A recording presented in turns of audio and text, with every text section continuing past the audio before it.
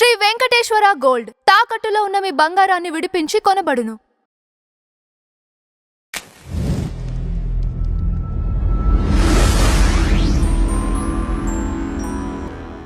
నమస్తే సార్. నమస్తే సార్, ఇది ప్రవీణ్ ప్రగడాల ఆ న్యూస్ అనేది ఏ విధంగా జరిగింది, ఏంటి, అది యాక్సిడెంటా లేకుంటే ఎవరైనా చంపేసిరా అనేది ఏది తెలియదు.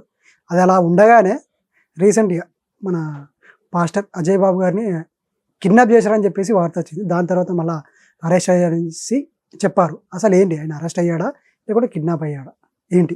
ప్రవీణ్ పగడాల మిస్టరీ కేసు ఇంతవరకు అది తేలలేదు. అది యాక్సిడెంట్ అని అంటున్నారు. కానీ చాలామంది చాలా రకాలుగా వాళ్ళ వ్యాఖ్యలు చెప్తున్నారు. ఇంతలో ఒక్కసారి మన సోషల్ మీడియా గురించి మనకు తెలిసిందే కదా, ఒక న్యూస్ 10 రోజుల కన్నా ఎక్కువ చూడలేం, పేపర్లు కూడా వేయలేము, ఇప్పుడు చూడలేము అనమాట బేసికల్గా. ఓకే, మన దగ్గర సోషల్ మీడియాలో ప్రవీణ్ పగడాల న్యూస్ ఆ చిచ్చు ఆరక ముందే ఏదో ఒకటి రావాలి. రాగానే మధ్యలో మా అలేఖ్య చిట్టి వచ్చింది. అర్థమైందా చిట్టి అనుకుంటూ. సో అలేఖ్య చిట్టిని ఒక 10 రోజులు వాగబెట్టారు. సరే, అలేఖ్య చిట్టి వచ్చి సారీ చెప్పడం, అబ్బా ఏంటా ఇంకా స్పైస్ లేదు, అసలు ఏం మాకు ఒక స్పైస్ కావాలి, ఈసారి మేమే ఇస్తాం స్పైసీ న్యూస్ అని పోలీసులు ఇచ్చారు స్పైసీ న్యూస్. అదేంటంటే జనరల్గా జోక్స్ అపార్ట్, ఇప్పుడు నిజంగా అండి చాలా ఛానల్స్ కానీ లేకపోతే బయట మాట్లాడుతున్న వాళ్ళు కానీ, ఆయన సన్నిహితులు కానీ లేకపోతే ఆ కమ్యూనిటీకి సంబంధించిన వాళ్ళు కానీ ఆయన్ని పొడి చేశారు, ఆయన రక్త మాంసాలు తిన్నారు, స్ట్రా వేసుకొని తాగారు, ఆంధ్ర వాళ్ళు ఇలా చేస్తున్నారు, వాళ్ళు ఇలా చేస్తున్నారు అని మాట్లాడడం తప్పు. మీ అనాలిసిస్ ఎలా ఉండాలి? ఆయన ఇట్లా చెప్తున్నారండి, ఎందుకు తప్పుడు ప్రచారాలు చేస్తున్నారు? పోలీసు వారిని అడిగేయాల్సిన విధంలో అడగచ్చు, లేదా పోలీసు వాళ్ళకి టైం వదిలేయాలి. ఎందుకంటే వాళ్ళ ఫ్యామిలీయే చెప్తోంది పోలీసు వాళ్ళకి టైం ఇవ్వండి, వాళ్ళు చెప్తారండి, వదిలేయండి అనేసి. ఇందులో చాలా మెలికలు ఉంటాయండి. పోలీస్ వాళ్ళు జాప్యం చేస్తున్నా లేకపోతే పోలీస్ వాళ్ళు ఎందుకు ఒక్కొక్కటి ఆలోచించి బయట పెడుతున్నారు అనే దానికి చాలా ఉన్నాయి.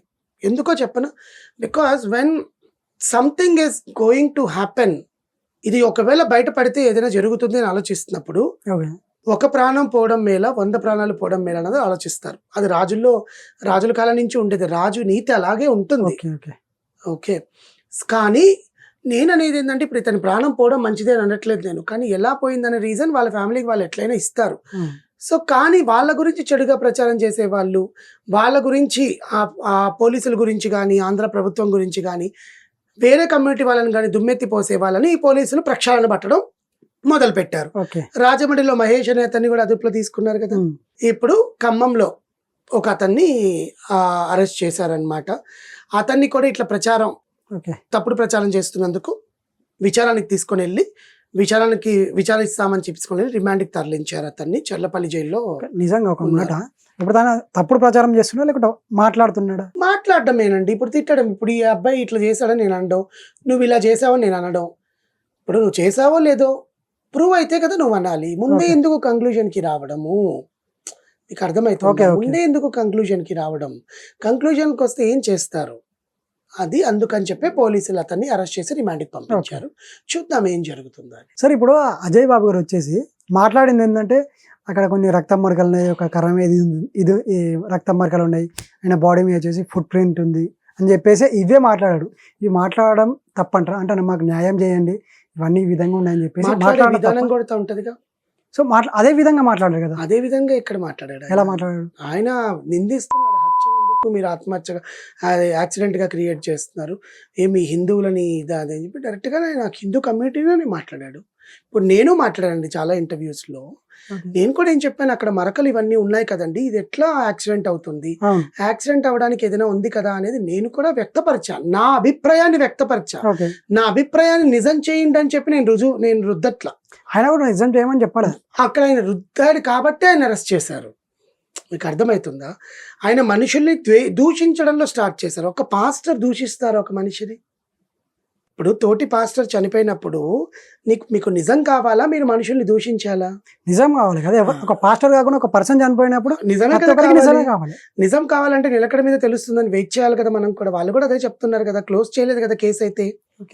మీరెందుకు మాట్లాడడం? అంటే మధ్యలో వీడియోలు వచ్చినప్పుడు ఏమైందంటే కొంచెం టీషర్ట్ వేరు ఉంది, సో ఇట్లాంటి కొన్ని డీసెంట్ వేలో మాట్లాడుంటే ఎవరు ఏం చేయరండి. డీసెంట్ వేలో మాట్లాడకపోతేనే కదా పోలీసులు అరెస్ట్ చేస్తారు అనేది నా అభిప్రాయం. ఇప్పుడు డీసెంట్గా మాట్లాడితే ఇప్పుడు నేను కూడా డీసెంట్గానే మాట్లాడుతున్నాను. నా అభిప్రాయం అండి ఇది, ఒకసారి ఆలోచించండి. Hmm. ఒకవేళ లేదు మీరు అన్నట్టే యాక్సిడెంట్ అనుకుంటే ఓకే ఫైన్, దేవుడి దగ్గరికి వెళ్ళాడు, ఓకే. ప్రశాంతంగా ఉంటాడు అక్కడికి వెళ్ళినా, ఈ బాధలు బందీలు లేకుండా అని అనుకుంటాం. అంతేకాని మన నోటికి వచ్చినట్టుగా పోలీసులు తిట్టకూడదు కదా. లా అండ్ ఆర్డర్ నీ చేతిలో తీసుకుంటే ఇంకా వాళ్ళు ఎందుకు ఉండడం. ఓకే. ఫారెన్సిక్ ల్యాబ్కి వెళ్ళి మీరే ఇన్వెస్టిగేట్ చేయండి అవన్నీ. అయితే ఆయన గురించి పోలీస్ వాళ్ళు ఖచ్చితంగా తీసుకుంటారు. కానీ నేను అనేది ఏంటంటే ఆ కుటుంబానికి ఒక న్యాయం చేస్తే బాగుండు, అవును. ఒక ఆన్సర్ ఇస్తే బాగుండు. న్యాయం అంటే వాళ్ళు కూడా ఇప్పుడు చనిపోయి ఆయనకి 15 రోజులు అయిందండి. అవుతుంది దగ్గరగా. అవును. 24వ తారీఖు, ఈ రోజుతో 15 రోజులు, అవును. అంతేనా? 15 రోజుల నుంచి ఆ కుటుంబం ఎలా ఉందో ఎవరైనా వెళ్ళి పరామర్శించారా? ఎవరైనా ఆ పిల్లలకి ధైర్యం చెప్పారా? ఇంకెందుకండి ఇవన్నీ మాట్లాడడం? అది లేనప్పుడు ఇవన్నీ ఎందుకు మీరు మాట్లాడడం అంటాను నేను.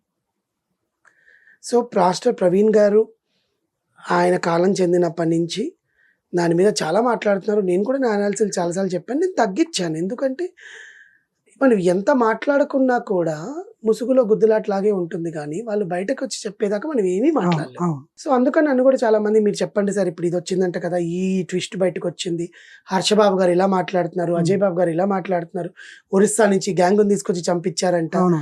ఇవన్నీ మాట్లాడుతుంటే నేను ఒకటే అన్నాను, ఎన్ని ఊహాగానాలు మనం క్రియేట్ చేసుకొని ఇప్పుడు మాట్లాడినా కూడా జనాలు ఏదో జరుగుతుందని చూసి వదిలేస్తారేమో కానీ మనం నిజం చెప్పినప్పుడు ఇంకోసారి నమ్మరు. ఓకే. అందుకని నేను మాట్లాడనండి అని చెప్పాను. ఇప్పుడు నిజం ఎప్పుడైనా తెలుస్తుంది అది ఆయన యాక్సిడెంటా లేదా అని, అప్పుడు మాట్లాడడం బాగుంటుంది. ఇప్పుడు నా ఊహాగానాలు ఏదో నా వ్యూస్ కోసం చూసేటప్పుడు నా రెప్యుటేషన్, నా క్రెడిబిలిటీ పడిపోతుందిగా. ఓకే. వీడు ఇంతే సొల్లు చెప్తాడు, వీడికి ఏమి తెలియదు అని చెప్పి, అవునా కదా. అవును. సో ఆ క్రెడిబిలిటీ నేను ఎప్పుడు కాపాడుకుంటూ వస్తాను, నా ఛానల్ క్రెడిబిలిటీ కూడా అలాగే కాపాడుకుంటూ వస్తాను. సో మనం ఎప్పుడు కూడా నిజాయితీగా న్యూట్రల్గా ఉండాలి. పోలీసులు బయట పెట్టిన రోజు మనం మాట్లాడదాం దీని గురించి. వెనకాల ఎవరున్నారు, ముందు ఎవరున్నారు, వెనకాల ఎవరు గోతులు తవ్వారు, ముందు ఎవరు వచ్చి పొడిచారు అనేది ఆ రోజు తెలుస్తుంది. నిజాయితీగా ఉండాలా, న్యూట్రల్గా ఉండాలా? న్యూట్రల్గానే ఉందాం. నిజాయితీ అనేది మన మాటలు బట్టి ఉంటుంది. ఓకే. న్యూట్రాలిటీ అనేది అక్కడ ఏమున్నా లేకపోయినా మనకు తెలిసినప్పుడు మాట్లాడాలి.